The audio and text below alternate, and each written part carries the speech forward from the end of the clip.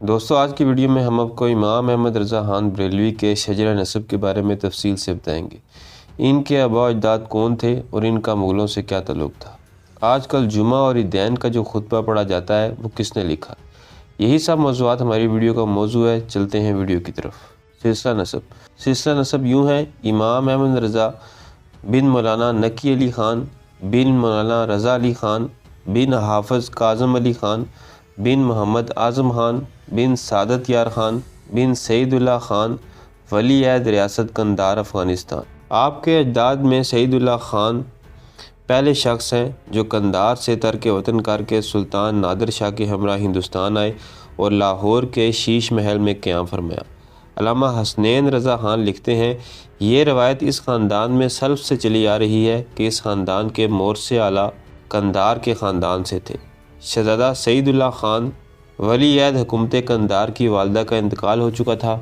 سوتیلی ماں کا دورہ ہوا تو انہوں نے اپنے بیٹے کے لیے ولی عہدی کی جگہ حاصل کرنے کے سلسلے میں ان باپ بیٹوں میں اتنا نفاق کرا دیا کہ شہزادہ سعید اللہ خان صاحب ترک وطن پر مجبور ہو گئے۔ ان کے چند دوستوں نے بھی اس ترک وطن میں ان کا ساتھ دیا۔ یہ ساری جماعت قندھار سے لاہور آ گئی۔ لاہور کے گورنر نے دربار دہلی کو اطلاع دی کہ قندھار کے ایک شہزادے صاحب کسی کشیدگی کی وجہ سے ترک وطن کر کے لاہور آ گئے ہیں۔ اس کے جواب میں ان کی مہمان نوازی کا حکم ہوا اور لاہور کا شیش محل ان کو رہائش کے لیے عطا ہوا، جو آج بھی موجود ہے۔ ان کی شاہی مہمان نوازی ہونے لگی۔ انہیں اپنے مستقبل کے لیے کچھ کرنا ضروری تھا۔ وہ جلدی ہی دہلی آ گئے۔ یہاں ان کی بڑی عزت و وقت ہوئی۔ چند ہی دنوں میں وہ فوج کے کسی بڑے عہدے پر ممتاز ہو گئے اور ان کے ساتھیوں کو بھی فوج میں مناسب جگہ مل گئی۔ یہ منصب ان کی فطرت کے بہت مناسب تھا۔ جب روہیل کھنڈ میں کچھ بغاوت کے آثار نمودار ہوئے تو باغیوں کی سرکوبی ان کے سپرد ہوئی۔ اس بغاوت کے ختم ہونے کے بعد ان کو روہیل کھنڈ کے صدر مقام بریلی میں قیام کرنے اور امن قائم رکھنے کا حکم ہو گیا۔ یہاں انہیں صوبہ دار بنایا گیا جو گورنر کے مترادف ہے۔ اس ضلع میں ان کو ایک جاگیر عطا ہوئی جو غدر 1857 میں ضبط ہو کر ضلع رامپور میں شامل کر دی گئی۔ بریلی کی سکونت اس لیے مستقل ہوگی کہ اسی دور میں کوہستان کے کچھ پٹھان خاندان یہاں آ کر آباد ہو گئے تھے۔ ان کے لیے ان کا جوار بڑا خوشگوار تھا، اس واسطے کہ ان سے بوئے وطن آتی تھی۔ سعید اللہ خان: حضرت سعید اللہ خان صاحب کو شص ہزاری عہدہ بھی ملا تھا اور شجاعت جنگ آپ کو خطاب دیا گیا تھا۔ آپ نے آخری عمر میں ملازمت سے سبکدوشی اختیار کر لی۔ بقیہ زمانہ یاد الہی میں گزارا اور جس میدان میں آپ کا قیام تھا وہیں دفن ہوئے۔ بعد کو لوگوں نے اس میدان کو قبرستان میں تبدیل کر دیا، جو آج بھی محلہ ماماران بریلی میں موجود ہے، اور اسی مناسبت سے اس کو شہزادے کا تکیہ کہا جاتا ہے۔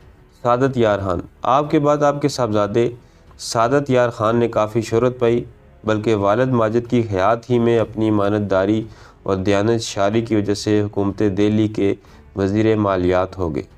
شاہی حکومت کی طرف سے آپ کو بدایوں کے متعدد مواضعات بھی جاگیر میں ملے تھے۔ مولانا حسنین رضا علی خان فرماتے ہیں، انہوں نے دہلی میں اپنی وزارت کی 2 نشانیاں چھوڑیں: بازار سعادت گنج اور سعادت خان نہر۔ نامعلوم حوادث روزگار کے دست ستم سے ان میں سے کوئی نشانی بچی ہے یا نہیں۔ ان کی مہر وزارت بھی اس خاندان میں میری جوانی تک موجود رہی۔ آپ کے 3 صاحبزادے تھے: محمد اعظم خان، محمد معظم خان، محمد مکرم خان۔ محمد اعظم خان: آپ کے بڑے صاحبزادے تھے۔ سلطنت مغلیہ کی وزارت اعلیٰ کے عہدے پر فائز ہوئے۔ کچھ دن اس عہدے پر فائز رہنے کے بعد سلطنت کی ذمہ داریوں سے سبکدوش ہو گئے تھے۔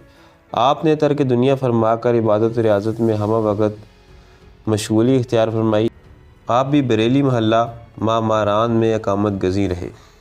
آپ کے صاحبزادے حضرت حافظ کاظم علی خان ہر جمعرات کو سلام کے لیے حاضر ہوتے اور گرہ نقد رقم پیش کرتے۔ ایک مرتبہ جاڑے کے موسم میں جب حاضر ہوئے تو دیکھا کہ ایک علاؤ کے پاس تشریف فرما ہے۔ اس موسم سرما میں کوئی سردی کا لباس جسم پر نہ دیکھ کر اپنا بیش بہا دوشالہ اتار کر والد ماجد کو اڑا دیا۔ حضرت موصوف نے نہایت بے فکری سے اسے اتار کر آگ کے علاؤ میں ڈال دیا۔ صاحبزادے نے جب دیکھا تو خیال پیدا ہوا کہ کاش اسے کسی اور کو دے دیتا تو اس کے کام آتا۔ آپ کے دل میں یہ وسوسہ آنا تھا کہ حضرت نے اس آگ کے دھرے سے دوشالہ کھینچ کر پھینک دیا اور فرمایا، فقیر کے یہاں دھکر بکر کا معاملہ نہیں، لے اپنا دوشالہ۔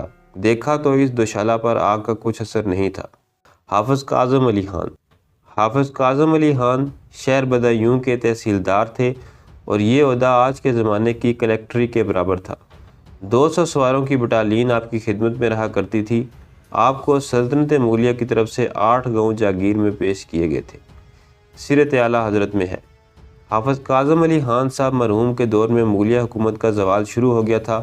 ہر طرف بغاوتوں کا شور اور ہر صوبے میں آزادی و خود مختاری کا زور ہو رہا تھا۔ اس وقت جب کوئی تدبیر کارگر نہ ہوئی تو حافظ کاظم علی خان صاحب دہلی سے لکھنؤ آ گئے۔ ادھر انگریزوں کا زور بڑھ رہا تھا اور حکومت میں تعطل پیدا ہو گیا تھا۔ اودھ کی سلطنت میں بھی کارخانے نمایاں انجام دیے۔ ان کو بھی یہاں 2 بار اودھ سے ایک جاگیر عطا ہوئی جو ہم لوگوں تک باقی رہی، اور 1954 میں جب کانگریس نے دیہی جائیداد ضبط کی تو ہماری معافی بھی ضبطگی میں آ گئی۔ مالک العلماء حضرت مولانا ظفر الدین بہاری لکھتے ہیں، آپ اس جدوجہد میں تھے کہ سلطنت مغلیہ اور انگریزوں میں جو مناقشات تھے اس کا تصفیہ ہو جائے۔ چنانچہ اسی تصفیے کے لیے آپ کلکتہ تشریف لے گئے۔ قطب وقت مولانا رضا علی خان آپ کے بڑے صاحبزادے ہیں اور سیدنا اعلیٰ حضرت کے حقیقی دادا۔ آپ کی ولادت 1224 ہجری میں ہوئی۔ شہر ٹونک میں مولانا خلیل الرحمن صاحب سے علوم درسیہ حاصل کیا۔ 22 سال کی عمر میں 1247 میں فراغت حاصل کی۔ اپنے زمانے میں فقہ و تصوف میں شہرت حاصل کی۔ مولانا حسنین رضا علی خان لکھتے ہیں، یہ پہلے شخص ہیں جو اس خاندان میں دولت علم دین لائے، اور علم دین کی تکمیل کے بعد انہوں نے سب سے پہلے مسند افتاء کو رونق بخشی، تو اس خاندان کے ہاتھ سے تلوار چھوٹی اور تلوار کی جگہ قلم نے لے لی۔ اب اس خاندان کا رخ ملک کی حفاظت سے دین کی حمایت کی طرف ہو گیا۔ وہ اپنے دور میں مرجع فتاوی رہے۔ انہوں نے خطبہ جمعہ و عیدین لکھے جو آج کل خطبہ علمی کے نام سے ملک بھر میں رائج ہیں۔ یہ ناقابل انکار حقیقت ہے کہ اس خاندان کے مورث اعلیٰ مولانا رضا علی خان صاحب کے خطبے جو خطبہ علمی کہلاتے ہیں وہ مولانا رضا علی خان صاحب کے ہی تصنیف کردہ ہیں، اور کم و بیش 1 صدی سے سارے ہندوستان کے طول و عرض میں جمعہ و عیدین کو پڑھے جاتے ہیں، اور ہر مخالف اور موافق انہیں پڑھتا ہے۔ ان کو شہرت سے انتہائی نفرت تھی، اس لیے انہوں نے خطبے اپنے شاگرد مولانا علمی کو دے دیے۔ مولانا علمی نے خود بھی اس طرف اشارہ کیا ہے، البتہ خطبہ علمی میں اشعار مولانا علمی کے ہیں اور مولانا رضا علی خان صاحب مرجع فتاوی بھی رہے۔ خطبہ علمی کو رب العزت نے وہ شان و قبولیت عطا فرمائی کہ آج تک کوئی خطبہ اس کی جگہ نہ لے سکا۔ اس دور میں بہت سے خطبے لکھے گئے، عمدہ کر کے چھاپے گئے، کوشش سے رائج کیے گئے، مگر وہ قبول عام کسی کو آج تک نصیب نہ ہوا، اور نہ آئندہ کسی کو امید ہے کہ وہ خطبہ علمی کی جگہ لے سکے گا۔ جب تک ان کے بیٹے مولانا نقی علی خان صاحب نے ان سے سند تکمیل حاصل کر لی تو افتاء اور ذمہ یہ دونوں کام مولانا نقی علی خان کے سپرد ہو گئے۔ 1282 ہجری میں وصال ہوا اور سٹی قبرستان میں مدفون ہوئے۔ کشف و کرامات۔ حضرت کا گزر ایک روز کوچہ سیتا رام کی طرف سے ہوا۔ ہنود کے تہوار ہولی کا زمانہ تھا۔ ایک ہندی بازاری طوائف نے اپنے بالا خانہ سے حضرت پر رنگ چھوڑ دیا۔ یہ کیفیت شارع عام پر ایک جوشیلے مسلمان نے دیکھتے ہی بالا خانہ پر جا کر تشدد کرنا چاہا، مگر حضور نے اسے روکا، فرمایا، بھائی کیوں اس پر تشدد کرتے ہو؟ اس نے مجھ پر رنگ ڈالا ہے، خدا اسے رنگ دے گا۔ یہ فرمانا تھا کہ وہ طوائف بے تابانہ قدموں پر گر پڑی اور معافی مانگی، اور اسی وقت مشرف با اسلام ہوئی۔ حضرت نے وہیں اس نوجوان سے اس کا عقد کر دیا۔